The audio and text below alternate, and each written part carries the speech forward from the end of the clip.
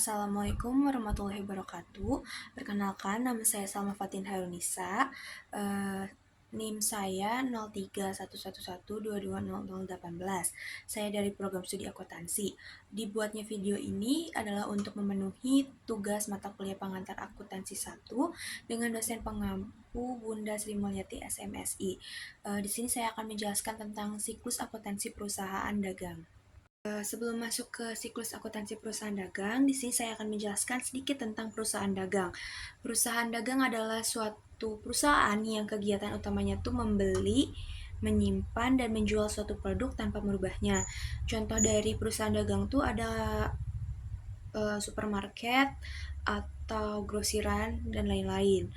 Selain kegiatan usahanya yang berbeda dengan perusahaan jasa, perusahaan dagang juga memiliki jurnal yang berbeda, yaitu ada selain jurnal umum, ada jurnal khususnya. Di jurnal khususnya tuh ada 4 ya, ada jurnal pembelian, jurnal penjualan, jurnal penerimaan kas, dan jurnal pengeluaran kas. Nah, jurnal pembelian tuh berguna untuk mencatat semua transaksi pembelian. Begitupun dengan jurnal penjualan, sama untuk mencatat transaksi, segala bentuk transaksi penjualan, bisa dalam bentuk kredit ya. Lalu ada jurnal penerimaan kas, itu tuh jurnal yang berguna untuk semua penerimaan kas yang terjadi akibat penjualan tunai, piutang, dan lain-lain. Yang terakhir adalah jurnal pengeluaran kas, itu tuh berguna untuk mencatat semua transaksi pengeluaran yang ada yang terjadi akibat pembelian secara tunai atau pembayaran utang maupun pembayaran beban-beban perusahaan. Selain jurnal khusus tadi, di sini juga ada beberapa akun yang ada di perusahaan dagang dan tidak ada di perusahaan jasa ya. Yang pertama ada akun pembelian. Itu tuh akun yang digunakan untuk menampung segala aktivitas pembelian barang dagang di suatu perusahaan. Lalu ada akun penjualan, akun yang hanya digunakan untuk menampung penjualan barang dagang perusahaan. Lalu ada akun persediaan. Nah, akun yang menunjukkan jumlah barang dagang yang dimiliki oleh suatu perusahaan pada awal atau akhir periode akuntansi. Lalu ada harga pokok penjualan, yaitu digunakan untuk menampung harga pokok atau harga beli suatu barang yang dijual dalam suatu periode akuntansi. Selanjutnya kita masuk ke siklus akuntansi perusahaan dagang.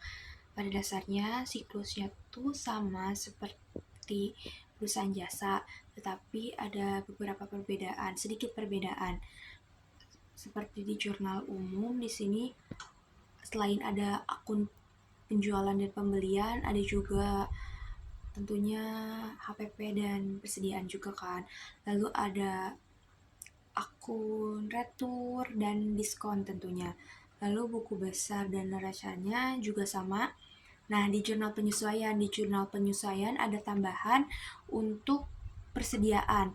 Karena persediaan yang terjadi selama satu periode akuntansi itu di akhir tuh butuh penyesuaian kan. Apakah si persediaannya itu kelebihan atau bahkan kurang dicatat. Lalu seperti biasa setelah di jurnal penyesuaian itu nanti akan masuk ke worksheet. Setelah menyelesaikan di worksheet, kita lanjut ke laporan keuangannya. Kalau misalnya di perusahaan jasa, itu tuh bebannya cuma satu ya. Ini untuk laporan laba rugi. Bebannya tuh ada jadi beban operasional yang dibagi menjadi 2, yaitu beban penjualan dan beban administrasi umum. Lalu juga ada tambahan yaitu other income atau pendapatan lain-lain. Selanjutnya laporan perubahan modal, dan yang terakhir adalah laporan neraca. Di laporan neraca ada tambahan untuk aktivanya yaitu merchandise ya atau persediaan barang dagang. Lalu yang terakhir adalah jurnal penutupnya. Jurnal penutup biasanya kan hanya menutup beban-beban saja, tapi di sini kita juga akan menutup retur diskon, dan HPP-nya. Nanti HPP-nya akan ditutup dan akan kembali menjadi 0. Mungkin cukup sekian penjelasan singkat tentang siklus akuntansi perusahaan dagang. Kurang lebihnya mohon maaf. Wassalamualaikum warahmatullahi wabarakatuh.